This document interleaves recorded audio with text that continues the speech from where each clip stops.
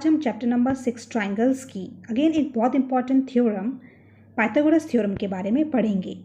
वैसे तो आप प्रीवियस क्लासेस में ऑलरेडी इस थ्योरम के बारे में पढ़ चुके हैं, बट क्लास 10th में हम इसे प्रूव करना सीखेंगे using the concept of similarity of triangles. और ये थ्योरम आपके एग्जामिनेशन पॉइंट ऑफ व्यू से भी बहुत इंपॉर्टेंट है। यहाँ पे हम इसे प्रूव करना सीख लेते हैं। शुरुआत करते हैं स्टेटमेंट से। In a right triangle, the square of the hypotenuse is equal to the sum of squares of the other two sides. ये है आपका स्टेटमेंट ऑफ पाइथागोरस थ्योरम और ये भी आपको लर्न होना चाहिए। एक राइट ट्रायंगल में, यानी कि ऐसे ट्रायंगल में जिसमें एक एंगल 90 डिग्री का है, उसमें हाइपोटेनस का स्क्वायर उस ट्रायंगल के अदर टू साइड्स के स्क्वायर्स के सम के बराबर होगा। ठीक है, एक बार वापस हम रिपीट कर लेते हैं। अगर सपोज़ कीजिए आपके पास एक राइट ट्रायंगल है, उस केस में उस ट्रायंगल के हाइपोटेनस का स्क्वायर उस ट्रायंगल्स की अदर टू साइड्स यानी कि बेस और परपेंडिकुलर के स्क्वायर्स के सम के बराबर होगा। हम डायग्राम कंसिडर कर लेते हैं। Triangle A B C right angled है एट बी और राइट एंगल के सामने वाली साइड आपकी हाइपोटेनस होती है। तो आपको प्रूव करना है that A C square is equals to A B square plus B C square. शुरुआत करते हैं हम लोग गिवन से। आपको गिवन है that in triangle A B C angle B is equals to 90 degree. अब हम लिख लेते हैं टू प्रूफ, जो हमें प्रूव करना है। तो हम लिखेंगे that A C square is equals to other two sides के स्क्वायर्स का सम, यानी कि A B and B C ये आपके अदर टू साइड्स हैं, इनके स्क्वायर्स का सम। ठीक है, अब हम आगे लिख लेते हैं कंस्ट्रक्शन। हम लिखेंगे इसमें draw B D perpendicular to the hypotenuse that is A C. अब हम लिखते हैं proof.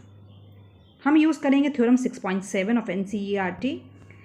If a perpendicular is drawn from the vertex of the right angle of a right triangle to the hypotenuse, then triangles on both sides of perpendicular are similar to the whole triangle and to each other.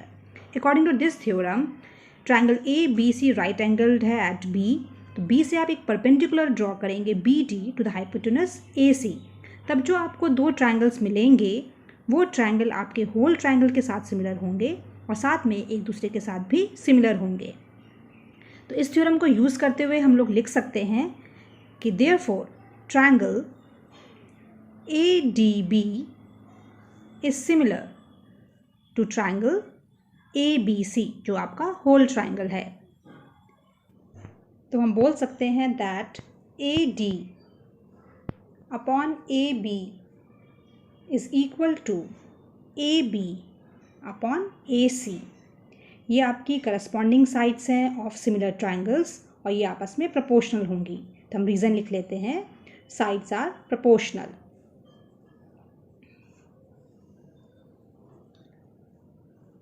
अब हम इन्हें cross multiply कर लेते हैं तो हमें मिलेगा A B square is equal to A D multiplied by A C. इसे हम इक्वेशन 1 कंसिडर कर लेते हैं। आगे हम लिख सकते हैं triangle B D C is also similar to triangle A B C. तो हम लिख सकते हैं आगे that D C upon B C is equal to B C upon A C. Again इसका रीज़न सेम है, साइड्स आर प्रोपोर्शनल और इसको हम क्रॉस मल्टीप्लाई कर लेते हैं। हमें मिलेगा B C square is equals to D C multiplied by A C. इसे हम इक्वेशन 2 कंसिडर कर लेते हैं।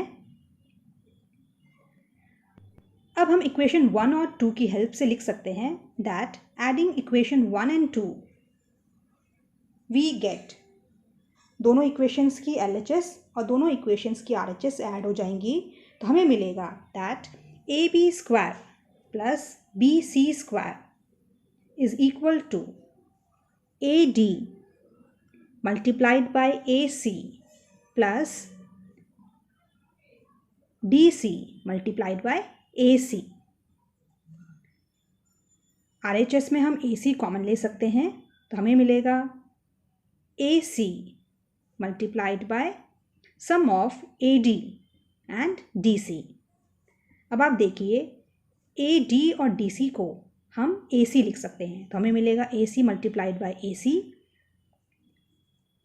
और हम रीज़न लिख लेते हैं फ्रॉम फिगर. इसको हम लिख सकते हैं AC स्क्वायर. तो आप देखिए आपको मिल गया that AC square is equals to AB square plus BC square, यानी कि आपके हाइपोटेनस का स्क्वायर ट्रायंगल्स की अदर टू साइड्स के स्क्वायर्स के सम के बराबर है.